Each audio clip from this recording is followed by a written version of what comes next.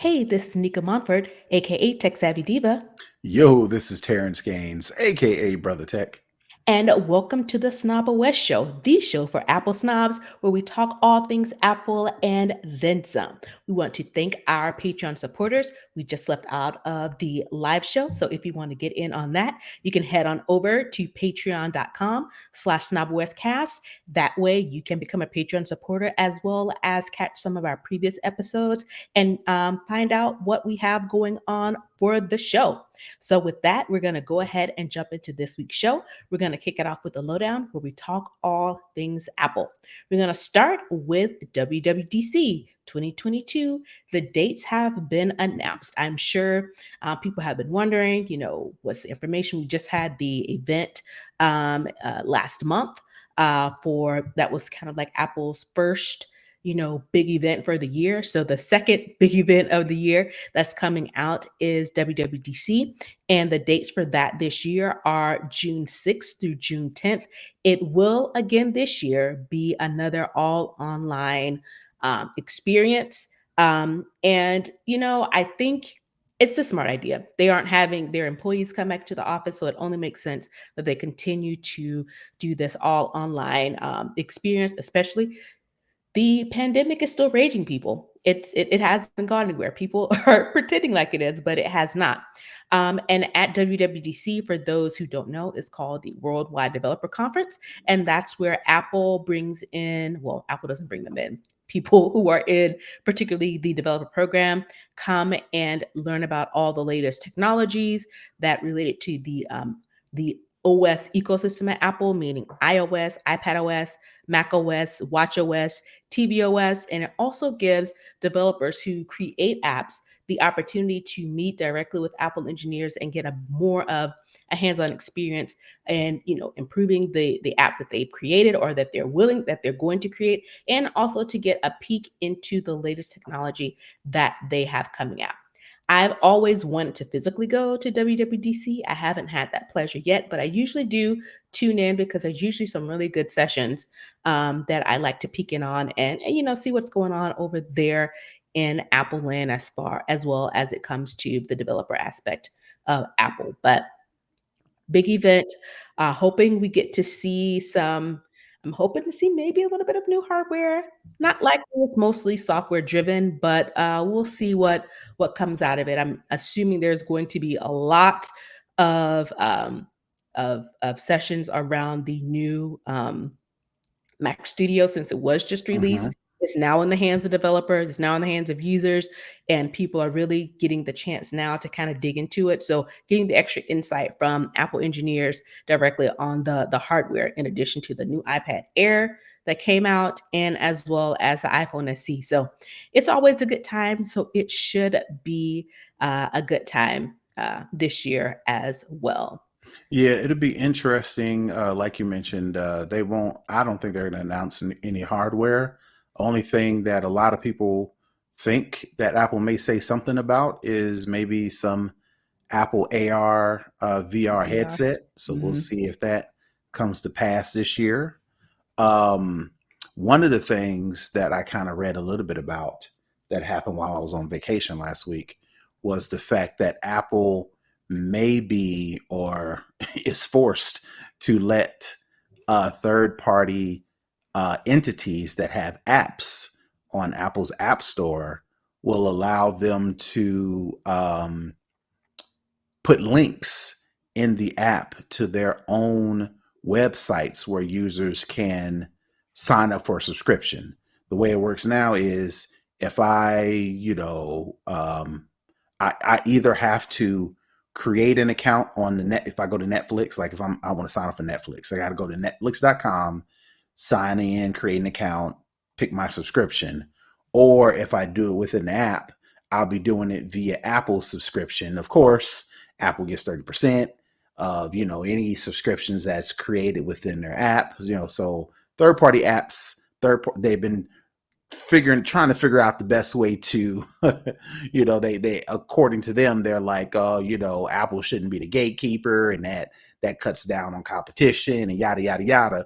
Really, they just don't want to give up that 30%. Right. so Exactly. so WWTC they may either talk about it or may unveil a process to where apps that offer subscriptions on the App Store will be able to let users open the app in the App Store, but it'll take them to an external link to where they can sign up, create an account, and get a subscription. So it'd be interesting to see if Apple does that. Other than that, I can't think of anything outside of them announcing iOS 16. Nica mentioned that they do all of the hardware. They announced some sort of new OS, but most people are looking for the iOS stuff, right? Yeah. So iOS 16, they'll probably announce some new features about that. Again, I'm not all that jazzed about iOS until they like offer a new interface. Mm. Um, of course, they'll have the app icons. I'm gonna keep saying it. I'm gonna keep saying it. I'm gonna keep saying it. I want them to steal the live tile functionality from Windows Phone. Right now, you can create the widgets. You can make them Mhm. different sizes, and they have like the weather, or they You have can like your calendar. customize them with the colors and all that stuff. Right, right. But in addition to that, I want it to be live updates. Like that information really doesn't change on the screen unless Mm. you flip to another screen or open an app or lock the phone. And then when you unlock it, that information will update. So I Mm. want it to update live. Like for instance, if I have a widget that has messages, if somebody sends me a message, I should be able to see that live tile, quote Mm. unquote, live information change right there on the screen, and I can interact with it within that tile. Or if I need to open it up and type a longer message or whatever Right. the case may be, it'll open into the fuller app. Widgets. Apple's slowly but surely integrating them, but I want them to move faster. Well, yeah, so we'll see. I'm assuming we'll start to see some maybe not mock-ups, but maybe some screen captures, maybe some little snippets of what's coming with the new iOS 16, of course. That goes with iPad, OS 16, and da da da. So it should be interesting to see what they release of that. But prior to WWDC, it appears that we will get an iOS 15.5 before the conference. So we'll see what is included in that that they are so willing to go ahead and drop it before iOS 16. So uh, that might I don't think it's too much. I'm kinda looking through. I don't think it's too much that's coming in 15 that would cause any type 15.5. of I don't yeah, think so. that would cause any type of, disruption or take the eyes off what's coming up, but, it is coming because I believe the beta is out there already, so the release candidate should be should be pretty soon behind it, but it should be, interesting to see. Again, like I said, the sessions are always pretty interactive and fascinating. Some of the talks are so yeah, I will definitely be tuning into to some of the events and the sessions. So looking forward to that. Next up on the Apple docket, speaking of a little bit of Facebook, the app tracking, we talked about that. I think last year, how Facebook, they took the ad out in the paper. They were all up in an uproar about the tracking, the crackdown that Apple was going to do on some of the external tracking of apps once you leave the apps. So the app tracking transparency was included. Every time it pops up and asks me to allow tracking, I always say no, do Right. not allow. I do not want it. It seems that a lot of people are doing that because it appears that this new crackdown for this app tracking is going to cost Facebook about another 13 billion for 2022 alone. So it appears that this new feature is having the intended effect that Apple had and the effect that Facebook was hoping to try and block. Because, again, even though Facebook has this ginormous amount of money, tracking people, selling people's data to people, that's, a part of their business model. And, even in the world of big tech, 13 billion is nothing to sneeze at.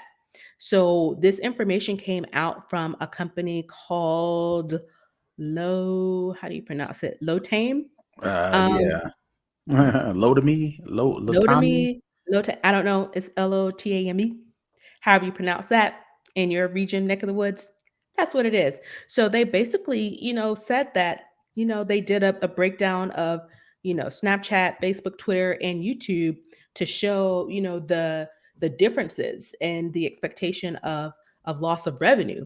And it's pretty significant, across all of the social apps. But I think Facebook is taking the biggest hit, which makes sense because Facebook is the largest. But it's coming to show that people are really actually using that feature to not allow themselves to be tracked. And it is going to cause a ripple in the bottom line of Facebook. Which again, I had a spiel in our live show to where if you are a Patreon subscriber, you already listened to that, or you get that on the replay. Um, that kind of goes along with what I was mentioning before. Companies will do what we allow them to get away with, Mhm. and data and privacy has something that should have been an opt-in from the word go. From jump. But from the word go, it's always been, well, companies have done the least when it comes to data and security, and have just done whatever and have been very lucrative at doing whatever. Now all of a sudden, a company, for example, Apple, is giving people the choice of whether or not they want their data um, leaked or whatever the case may be. They want to keep their data private or not, which should have been the option from the word go. It should have been they lock everything down and then they give us the option to say, hey, do you want your data, this and that, and the third, and let us decide. Now they're kind of doing that. And now these companies like Facebook are up in an uproar about how much money they're losing, or it's becoming obvious at the hit that they're taking as a result of the company finally just saying, okay, well, we're going to lock stuff down Yeah. and give users the option to opt into sharing their data. And obviously, most people would presented the option are like, no, I'm good. No. So Facebook's like, if this is that much of a concern, they may have to find another way to make some money, because like Yeah. Nica mentioned, their main revenue model is convincing companies, small businesses, even users, if Hmm. you want your post, your information that you put on Facebook seen by pretty much anybody, you got to pay, whether it be from me, me and Nika as people, they charge you $5 to boost a post. If you Hmm. pay them $5 or whatever, you'll get these many more eyeballs. If you're a registered small business on Facebook, you can take advantage of Facebook's ad manager, and you can do all these things, to see, to reach these many, these additional people. Hopefully Nika will come back. Hopefully I didn't lose her. But anyway,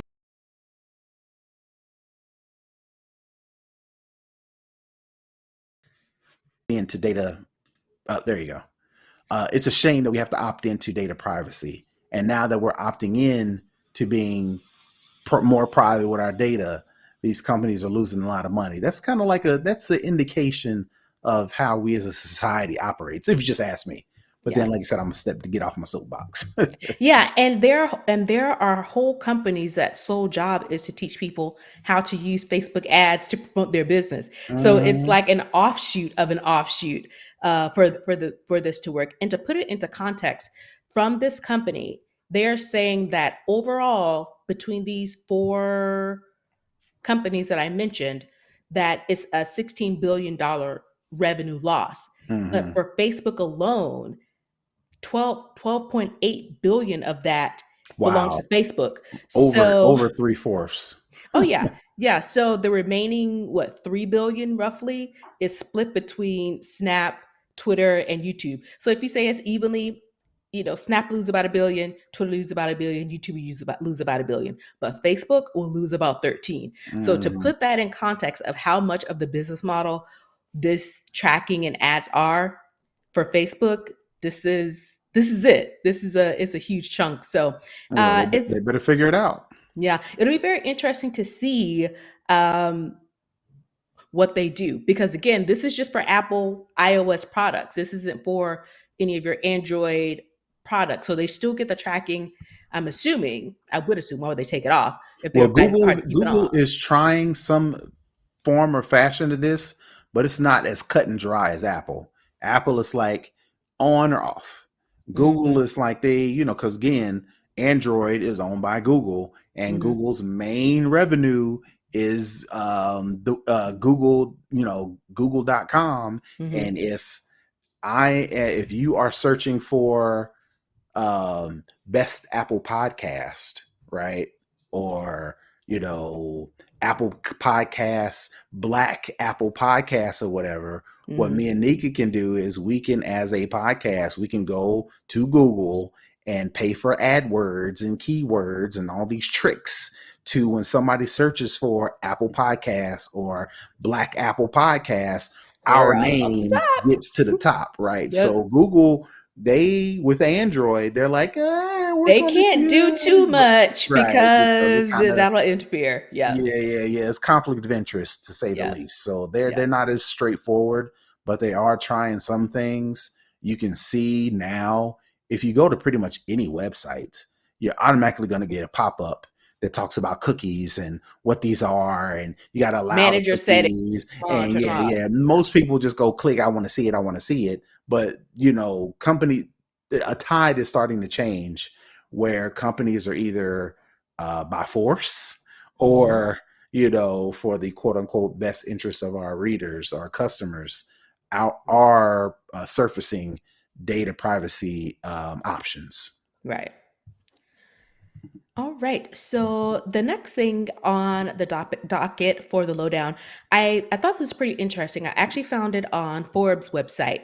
Now that I went somewhere in March, Terrance and the fam went somewhere in April. People are starting to get back heavily into travel. It sounds like some of the mask mandates are they're lobbying to get some of those lifted. So people are back out in these streets, and one thing, to keep in mind is there's still some thievery going on in the dancery. So this suitcase company called Samsara, they are a smart luggage company. I think we've all heard of Away. I think that's probably by far the most popular one, or at least the most visible one that I've seen. Well, this company, Samsara, they have incorporated AirTags into their luggage. Originally, they just kind of had a slot for the AirTags, and they had some other biometrics type tracking for their particular luggage.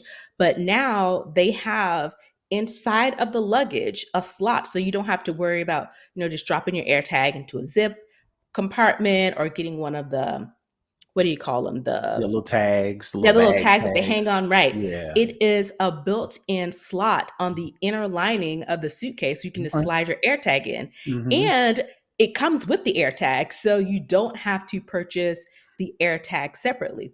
So I wanted to get your thoughts. Do you think more companies are going to jump more? I guess I'll say smart luggage companies are going to get on this wave, because one of the issues in the article that I read, it was saying that they had a separate app, a third party app that would do the tracking for them. And then I'm sure, pretty sure they realized Apple has one of the best tracking systems. Why don't we just cut the expense and the cost of managing a third party app and integration and just get the AirTags? What AirTag, what, $25 a piece? And we can notch them in and build a space, and it makes it a lot easier for our customers to willing to pick up our luggage because the AirTag comes, quote unquote, built in. Right. So anybody that can add smart to anything that they sell, Right. that's like a added niche, not a niche, trendy thing to do to add, Buzzword. yeah, buzzword to add marketability to your product. Smart toothbrushes, smart forks and spoons, smart this, smart glasses, smart everything, right? So Yeah. it makes sense that people would come up with smart luggage. The in the article that you linked, and we'll make sure we put it in in the show notes. They mention Away, which is one of the first companies to come up with smart luggage. And what they would do is they would put they had it built in a battery that you could charge your iPhone, your laptop, your tablet. Mhm. Airports kind of pushed back and said, hey, we don't want this a highly flammable thing, in luggage compartment. So then Away, they had to pivot, and they made them removable. So now you can, if you buy a piece of Away luggage and you get the little, and they supply The the battery smart pack. battery, but you can take the battery off and do it as a carry-on or whatever. So that kind of alleviates the issue that the airports had, right? So again, smart luggage is not new. Another thing which kind of makes this company Samsara come in at the right time. You mentioned that people are starting to travel more. There's a lot more people trying to travel. I just read a story to where airlines are running out of flights and pilots to handle this influx of demand for flights. And I've seen, as a result, a lot of people personally that I know, whether it be Facebook friends or whatever, have had their luggage lost in the past couple weeks, couple months. So this company, Samsara, kind of is coming in at the right time where more people are traveling and more people are losing their luggage. So to be able to market that, if you buy a piece of their luggage with an AirTag, you'll get an AirTag, and not only will you not have to use a third-party app, you can just use the Find My app, since we're already giving you the AirTag and it's built in, and they're making it more inconspicuous. Because if any luggage, I don't know, you call them, are they luggage looters? Whatever you would call people who would steal luggage at an airport. I'm guessing it's an inside job. In my mind, the people who are at the airport, not Taking your making no bags, money, not putting them not on the hardly making peanuts, throwing all this luggage around. I'm pretty sure they're like, look, I'm gonna get my money. So I'm pretty like sure. Denzel said, I'm leaving with something. Right, exactly. So, I mean, no disrespect to all the luggage people out there, but I'm pretty sure it's y'all. So, I'm pretty sure they know what the signs to look for, this. So, I'm pretty sure they're cutting, any sort of external AirTag clips that you can buy on Mhm, Amazon or Best Buy or whatever the case may be, and they may even take a quick check mhm. if they don't see something external visible. They may check some pockets. On the They may inside. check some of the, the known places. They may open up the luggage and dig their hands down in the bottom, or search between clothes. But if Because they're searching for weapons. right, and stuff to steal, right? Yeah. So if this company, Samsara, is like legitimately um, selling this luggage, not legitimately, legitimately in the sense that it's a legitimate hiding spot for the AirTag. Again, you're not necessarily you don't want to catch anybody stealing your luggage. You want to prevent them from stealing your luggage in the first place. But if I had a choice between somebody cutting off the Mhm, bag tag that has the AirTag on it to where, versus me being able to look on a phone and quickly alert the airline or whomever, hey, y'all said my luggage is here, but looking on my phone, my luggage is here. Maybe I'll get my luggage back faster than, putting a air tag on a thing externally, but hey, don't steal my stuff, right. because I don't think that's going to deter anybody. Yeah, because they said it's a simple procedure to insert the AirTag. It's done from inside the liner of the Hmm. carry-on itself. So Right, you probably have to unzip something, and if you got luggage, you have to take everything out, right, unzip right.